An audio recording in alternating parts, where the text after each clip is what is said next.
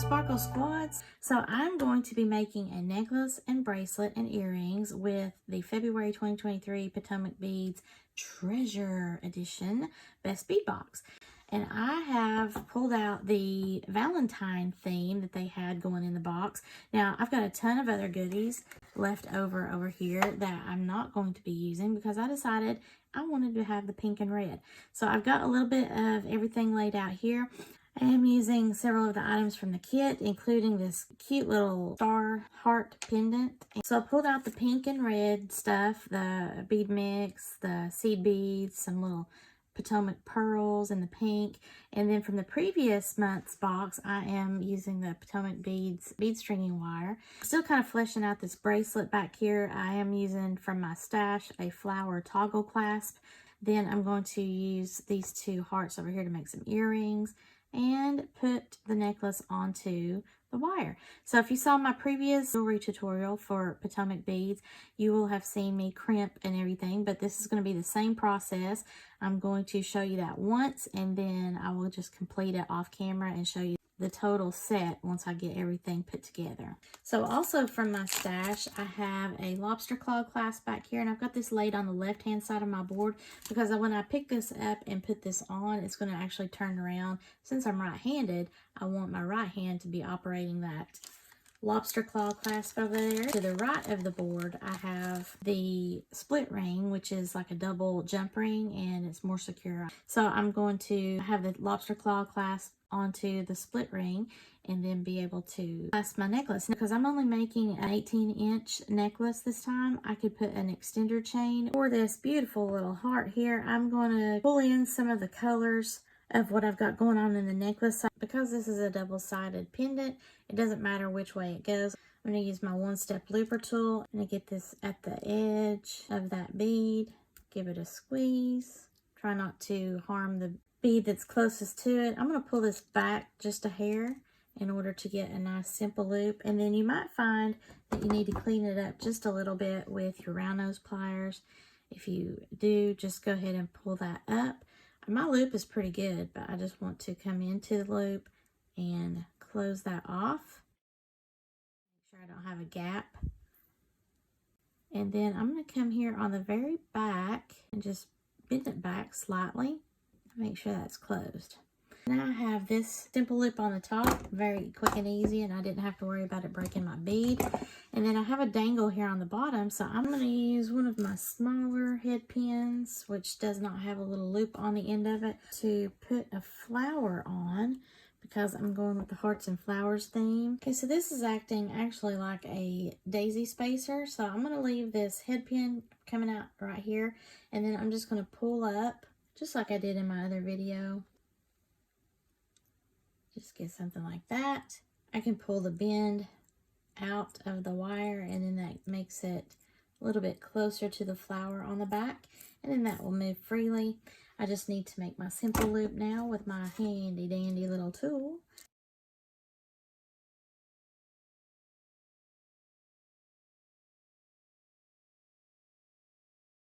Good to go. There's a little dangle, and then I'm just going to open that up and pop it onto that heart. So I have a little bitty flower dangle. I'm going to close that up. So cute. I have a little heart and flower.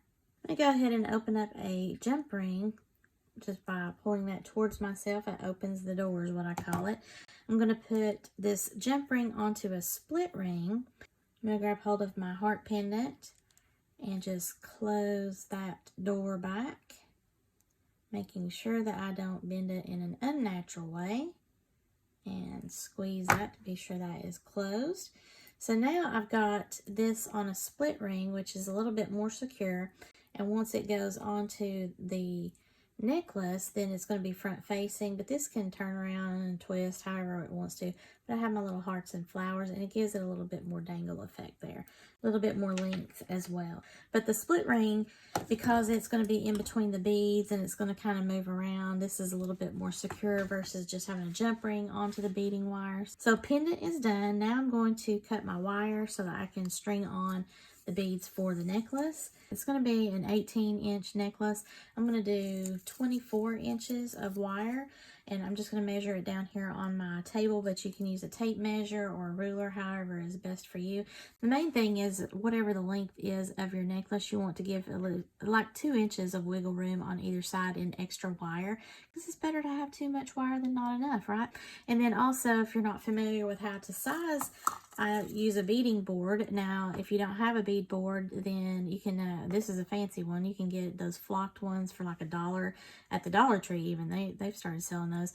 Or you can go to potomacbeads.com and pick up a bead board as well. They offer those. You can use your tape measure again to be sure that you have measured around your neck and it's going to hit the length properly. But I usually just do it on my bead board. So you want to start at the 0 point and go up on the sides. And wherever your measurement is on the sides there, it's double. So this is 9 and 9 on either side, and it's going to be an 18-inch necklace. Now, my beads are not exactly like shoved in together, but I do know I've got everything counted out correctly, so I know that it's really, once my beads are a little bit more neat in line on the string, it's going to line up to be the 18-inch. It's going to be a little bit over because of my clasping. It's going to add probably another ½ inch to that, but that's okay. And then you want to have at least 2 inches wiggle room, so that's going to be another 4 inches onto your 18, so about 22 inches actually. You want to put your crimp tube on first, and then whatever it is that you're going to be crimping on after that, so that the crimp tube, when the wire comes up over and through, it then hangs on to whatever it is that you're trying to crimp. It doesn't really matter which one I'm doing first, whether it's the split ring or this lobster claw clasp, but once I start feeding the beads on, it does make a difference as to which way I'm going to have it, depending on how the pendant is going to lay. If I flower or something on the front that was not also on the back, just coming down about 1.5 inches with the lobster claw clasp, I'm going to bend the wire over and go through that crimp tube. I'm going to then kind of pinch that loop a little bit, just slightly, with my right hand, and then I'm going to move up with my fingernail the crimp tube with my left thumbnail till I have about 1/4 inch loop. Then I'm going to need my crimping pliers, and I'm going to go here to the back channel of that crimp plier and get that a nice squeeze. That creates a U-shaped divot, and then I come up and over that and put that into the front of my crimping plier, and then give it another squeeze, and that then closes the sandwich is what I call it. And then I come over here and I give it another squeeze with my bent nose pliers, and you can see that as a nice even crimp. And where that makes a difference is you don't want anything to kind of poke you or whatnot. And then also I take it a little bit further and use a crimp cover, which is that little Pac-Man shape that I showed you in my previous video. Now this seems to be open pretty wide, so I'm not going to use my trick on this one. And I'm going to lay the rounded side of the crimp down into my crimp cover so that the sandwich side is facing up. I'm going to come over the top of that with my bent nose pliers and give that a light squeeze. I'm just pushing that closed, and this one actually behaved rather well. I don't have any kind of egg shape on there. The gap closed nicely, so I'm good to go now. I left my tail. I'm not going to cut that off. I'm going to cover it up with beads, and it looks like I'm going to be starting with some seed beads here, so hopefully those seed beads will go over both wires. Let me test it with this one before I get a whole bunch of beads on there. So that's something, if it was an ultra tiny seed bead hole or whatever the bead is here and it didn't go over the double wire, then you either have to rethink the ends of your piece or change out the beads or cut it off at the crimp. And I don't like to do that. So I'm going to feed on my beads, and then I'm going to do that same process on the other side, but with the split ring. And you have seen that before in my previous video, but it's also the same process that you just saw me do.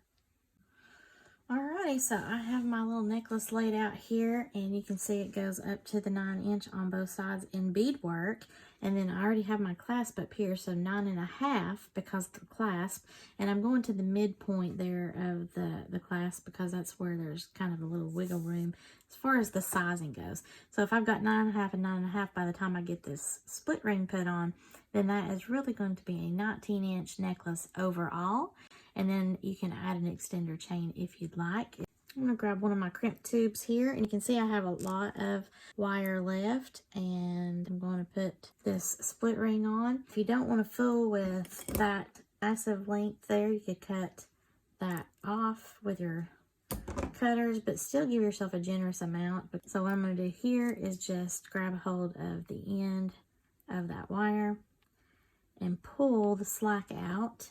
And as I'm pulling, I'm going to have to push back down my thumb all of this beadwork, and you can see as I pull it gets my beadwork closer down to the last bead here. Still want to leave that 1/4 of an inch of a loop, and I don't want to pull so hard that it does any kind of weird kinking.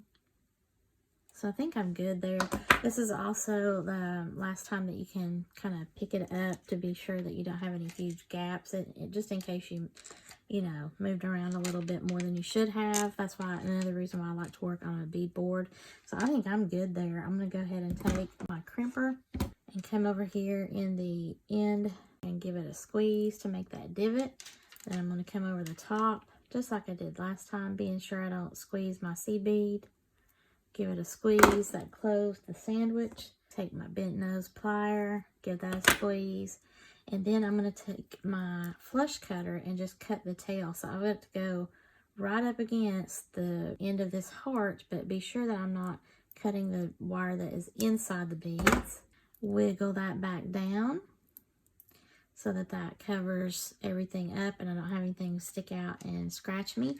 Then I'm going to get my other crimp cover. Just put the rounded bottom portion of that crimp into your crimp cover. I didn't have to do that resizing trick, so I'm just going to give this a squeeze. I don't want to flatten this. I'm just closing it to make it round, and I didn't have to come over the top of this in order to keep it round, and it is closed now, so we're good to go. And I have a completed necklace, y'all. I like how this turned out. So pretty. Oh, that's another thing I forgot to say. Test your lobster claw clasp before you ever put it onto your wire, so that's just a tip. So now I'm just going to go in here and mimic that same pattern-ish with my bracelet, and then I'm going to make some earrings. I'm going to go down here about 1.5 inches, just like I did with the necklace.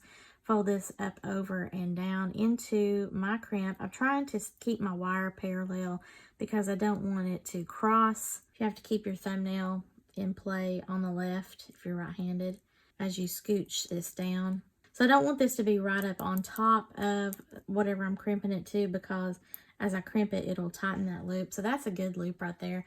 I'm just going to do this the same exact way that I did the other crimping and get in that back channel. Give that a squeeze. That just made a U-shaped divot. I'm going to come over the top into the front channel of my crimping plier. Give it a squeeze. It closed the sandwich. It looks nice and neat, but I'm still going to give it another squeeze with my bent nose pliers. And then I need to have some crimp covers. I just laid that down into my crimp cover, and I'm going to come over the top with my bent nose pliers and squeeze that closed, making sure I close the gap. That one kind of popped up a little bit on the top, so I just came over on the top and popped it back down. I don't want to flatten this. I'm going to keep it as a round little bead, and then I'm ready to go by covering up the wire here on the end. I don't like to cut mine off. So I'm just going to put all of my beads on, and then I'm going to crimp the other side of the toggle, and that's it for the bracelet. Such a cute little bracelet. Okay, so that matches my necklace, and that is the hearts and flowers. Here is my earring with my beads on there, and I'm just going to use my handy dandy one-step looper tool again because I don't want to have a wrapped loop. So put that on, make sure I'm kind of in place, give it a squeeze, try not to break your glass bead or your crystals. I'm going to pull that back, and then I'm going to use my round nose pliers to come in here and just close that a little bit better. So that is one earring. I just need to make the flower dangle, but I'm going to go ahead and make the other earring. Now I just want to take the flowers that I have here. I'm going to use those shorter head pins because it acts like a daisy spacer. That's going to work out nicely. Okay, just put that through, pull straight up. You don't really need a long head pin for this if you're going to cut the bulk of it off like I am. Just pulling this up so that I've got it up against that flower as much as I can. Okay, and then I'm going to take my one-step lipper tool, get that positioned in there as best as I can. Squeeze that, making the loop. I just took my nylon jawed pliers so it doesn't make any kind of mark or scratch my bead that I'm doing, and closing that up. Want to make sure that this simple loop here is good and then it's flat up against that flower. So I got 2 of those. I'm just going to take my hint loop pliers and open my loop up. Because my heart is the same on both sides, I really don't care unless maybe the design looks better on one side. This looks better on this side. So that's the front that I want. So when I place this on, I want to be sure that the front is what I think it is, and it is. So you just have to kind of be mindful of which side you want to be your front. And then I'm just going to close that loop back and give it another squeeze. And I have a cute little earring. I've just got to get some ear wires there, and I'm going to do the same thing on this one. I'm just going to lift up one side of the ear wire, and because I want my flower front facing, then I need to make sure that I'm kind of in that general direction for that earring. All right, look at these cute little earrings here. So you may have to play around with your bars and how you're doing the front facing if you're using those little flowers, but I think that's really cute and it coordinates with my jewelry here. Here is my necklace with all of my cute little flowers and hearts and pinks and reds. Really turned out nice. I didn't put a chain extender on there because all you have to do in order to extend it out is either use several little jump rings, or you can use a little piece of chain and put it on the end here with your split ring. That way the lobster claw clasp has something to grab hold of if you need to extend it out. And usually you can do that as like a 2 or 3 inch extender. It's up to you. If I put an extender on there, I usually will put a bead dangle on it or something that kind of makes it look pretty. Although you don't have to, because again, that's just going down the back of someone's neck. So these are my little earrings over here. That's my bracelet with my little flower toggle. We got some little hearts dispersed through the design to match my necklace. And this was really cute. I really didn't know if I was going to like it or not, but I turned out really liking it. So I've got my little flower dangle here on the bottom of this red heart that's got all the little stars. For Sparkle by Monica, of course. And that is my focal for this necklace. I've got some more hearts here. Something to keep in mind when you're doing a heart necklace. And it might not bother you. It bothers me. I had to chastise myself because I was so tired I wasn't paying attention. I like to have my hearts right side up. So in other words, I don't have any upside down hearts. If you're not careful when you're just stringing your beads on and you're not paying attention to, well, oh, okay, this is going to be on the upper part of my neck. So I want my hearts to face up. Oh, right here, this is going to be kind of on my chest at the lower part of my neck, but I still want my hearts to face up. I don't want this to be what I'm looking at here, an upside down heart. Just keep that in mind when you're stringing this onto your actual beading wire. And again, this is how it helps me to lay it out on my board, because how I have it laid on my board is how I'm going to put it onto my string more than likely, unless I'm just tired and I forget, which is what was happening tonight. Hope that you like my Valentine's theme set here. I think it turned out really nice. I have this leftover heart bead, but it was kind of a dud. But I don't like to throw those away because I can still do something if I make a purse dangle or something like that where there's going to be a bunch of bead dangles all around it. It kind of camouflages it, but it's still cute. So now again, with what I had in the February treasure box, I still have a ton of stuff in there that I can do several more designs, but you can see just with the pink and reds, I've got a nice necklace, a nice size necklace, a bracelet, and a pair of earrings, and it happened to be in some Valentine colors, so that was even better. Now, I think my next project, I'm going to see how people are doing that wax cord and use some of those little flower beads. I think that would look really cute. And I have that little flower button in there. Thanks again to PotomacBeads.com for this lovely treasure box this month. And I am just so tickled how my designing is turning out with just all of the little, it's not really even a theme that they have, although this kind of was. It's a mishmash of bead stash items that you can see, you know, how many different types of designs that you have. So I think it's a lot of fun. If you haven't already, check out PotomacBeads.com via my link that will be below in the description. That is my referral link, so I would appreciate it if you click on that. And then any of the items that I can find through my affiliate linking with them, I will have that below as well. If you enjoyed this video, please give me a thumbs up and share this with any of your jewelry making friends that might be interested in the Potomac Beads change up with their best bead boxes, either the treasure box or the kit edition. If you haven't already done so, please subscribe to my channel. And as always, thank you so much for watching and have a sparkle-rific day, y'all. Bye!